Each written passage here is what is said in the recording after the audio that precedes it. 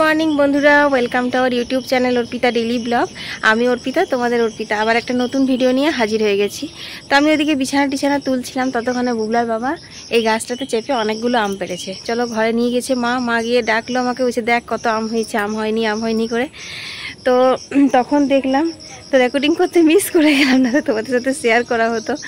যাই হোক, তা এখন আমি এলাম, দেখলাম যে গাছতলা যদি দু একটা পড়ে আছে, তো নেই, সব পুরানো হয়ে গেছে, পাড়া হয়ে গেছে। তো চলো ঘরে যাওয়া যাক, বাকি কাজকর্মগুলো সব সেরে নেওয়া যাক। পাকাগুলো বাইরে রাখো আর কাঁচাগুলো সব বালতিতে রেখে দাও। তো তোমরা তো দেখলে কতগুলো আম পাওয়া গেছে। আম হয়নি করে বেশ ভালোই হয়েছিল। আসলে কি বলতো, গাছগুলো তো অনেক বড় বড় হয়ে গেছে না, তো ফাঁকে ফাঁকে ছিল, তো সেই কারণে। যাই হোক, রথ আর বতের জোগাড় হয়ে গেল, কারণ এবছর যা জিনিসপত্রের দাম বেড়েছে, তাতে আমাদের মনে হচ্ছিল যে রথের সময় বতের সময় ফল টলের কত দাম হয়ে যাবে এই আর কি। তো ওইদিকে ওগুলো রাখা হচ্ছে, আর আমি দেখো এখানে কাপড় চোপড়গুলো কেচে নিচ্ছি। বর্ষা হোক আর শীত হোক আর গ্রীষ্ম হোক, যাই হোক না কেন, কাচাকুচি তো আর আমাদের বন্ধ থাকে না।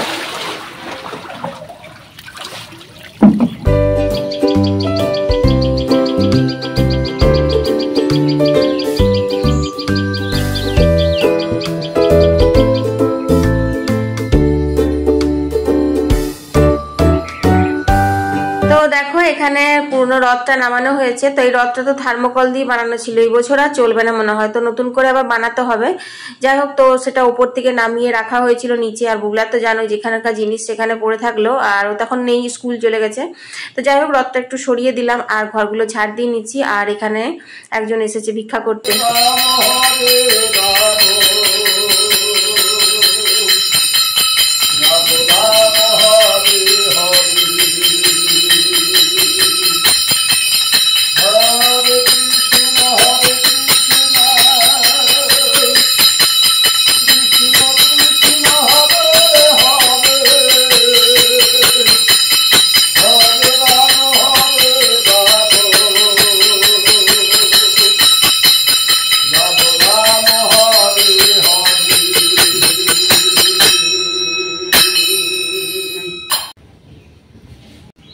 তো দূর থেকে তো কাউকে খালি হাতে ফেরাতে নেই, আর এই বয়স্ক মানুষটা আসে মাঝের মধ্যে ভিক্ষা করতে আসে।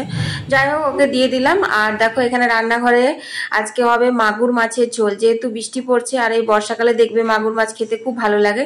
তো এই সব সবজি দিয়ে মাগুর মাছের ঝোল, আর ডুমুরের ডালনা করবো না, আজকে করব ডুমুর ভাজা, তাও আবার পেঁয়াজ দিয়ে। রেসিপিটা তোমাদের সাথে শেয়ার করব। আর এখানে হবে ডালিয়া, কারণ আজকে একাদশী, মা ডালিয়া খাবে, আর সেই কারণেই না শুধু ঝোল ভাত আজকে ভেবে রেখেছি করব। আর এখানে মাছগুলো ফ্রিজ থেকে বের করে রেখেছি, তোমাদের সঙ্গে শেয়ার করেছিলাম সেদিনকে, রবিবার দিন মাছগুলো আর নেওয়া হয়েছিল।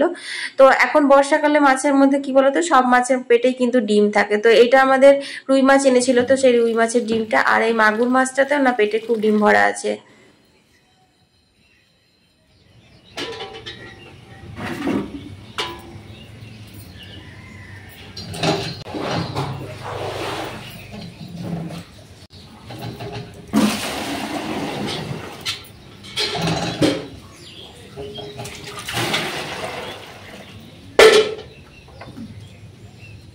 তো চলো এখন আমি ঘরগুলো মুছে নেব। অন্যদিন রান্না করতে করতে ঘর মুছি, কিন্তু আজকে তো বেশি রান্না হবে না, শুধু মাগুর মাছের ঝোল করব আর মাছের ডিমের পকোড়া করব, আর মায়ের জন্য ডালিয়া হবে।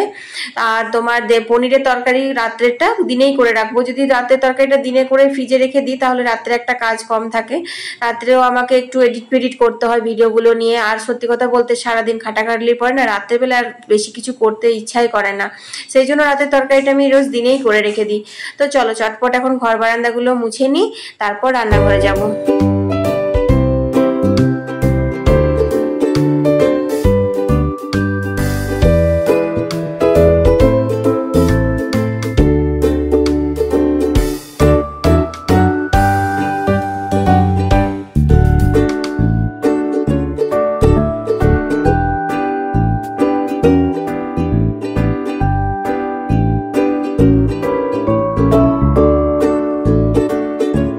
রোদ না থাকলেও বিশাল ভ্যাপসানি গরম। যাই হোক, বাসি কাজকর্ম সব হয়ে গেছে, আর কিছু করে নিয়েছি রান্নাবান্না। তো রান্নাবান্না কিছু হয়নি, যা সেদ্ধ করে নিয়েছি, ডুমুরটা আলুগুলো এসবগুলো সেদ্ধ করে নিয়েছি।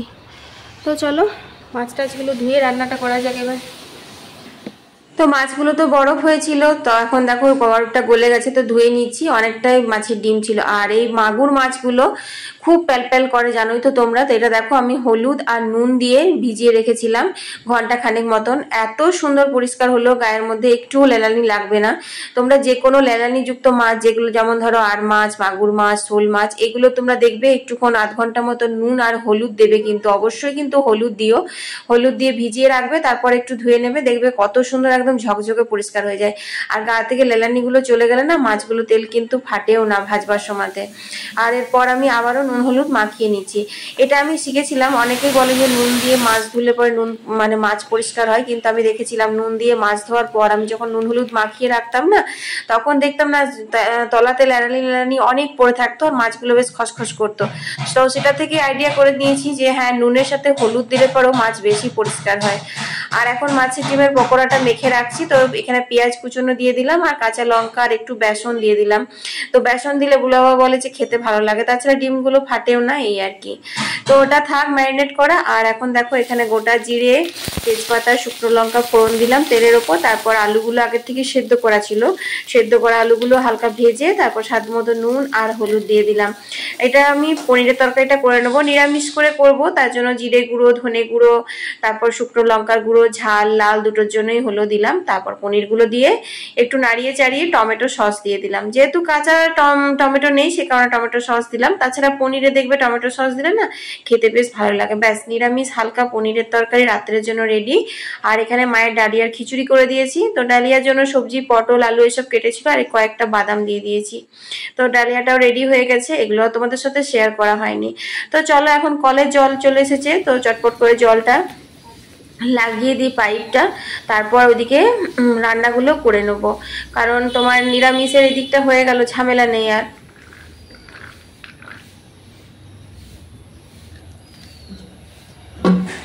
তো ডুমুর ভাজার জন্য কালো জিরে আর কাঁচা লঙ্কা তেলের উপর দিয়ে তারপর পেঁয়াজগুলো ভেজে নিচ্ছি ভালো করে। আর ডুমুরগুলো না আমি নুন হলুদ দিয়ে আগেই কিন্তু কুকারে সেদ্ধ করে রেখেছিলাম, সেদ্ধ করাতে ভালো হয়। তারপর একটু হলুদ দিয়ে দিলাম, নুন দিয়ে দিলাম পেঁয়াজটাতে। তো পেঁয়াজটা ভাজা ভাজা হওয়ার পর ডুমুর সেদ্ধগুলো দিয়ে দিলাম। তারপর ভালো করে নাড়াচাড়া করে এটা ভাজা ভাজা করবো। এই জলটা একদম থাকবে না, একদম ভাজা ভাজা হবে। আর তোমরা তো দেখলেই কলের জল চলে এসেছে। তো চলো এবার খাবার জলগুলো নিয়ে নিই, কারণ বাইরে যতগুলো বালতি থাকে সেই বালতিগুলো তো আর নড়াচড়া করতে হয় না, পাইপটা শুধু পাল্টে পাল্টে দিতে হয়।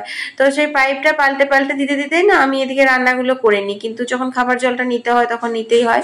তো একটু জল খেয়ে নিলাম, কারণ আমি টিফিন করার পরে না জল খেতেই ভুলে গেছি। এত মানে ব্যস্ততার মধ্যে কাটে এই সময়টা, যে জল খাবো না কিছু খাবো সেগুলো ভুলেই যায়। আর মিঠু দেখো আবার চলে এসেছে, আর মিঠু তো সারাদিন খোলা থাকে তোমরা জানো। তো এখানে কয়েকটা আমি সেই টেবিল গোলাপ গাছগুলো, মানে সে 9 বাজে সে বলে না, সেই 9টার সময় ফোটে, ওই গাছগুলো রেখেছি। কত সুন্দর হয়েছে, ভাই করে দিয়েছিল বোতলে, মানে বোতলে ভরেছে টাঙিয়ে রাখে সেরকম করেছিল, তো টাঙানো হয়নি, এখানে রেখেছি। তো ওই গাছগুলো কাটবার জন্য না অস্থির হয়ে যাচ্ছে, খালি বেরোচ্ছে আর গাছগুলো কেটে কেটে কেটে কেটে দিচ্ছে।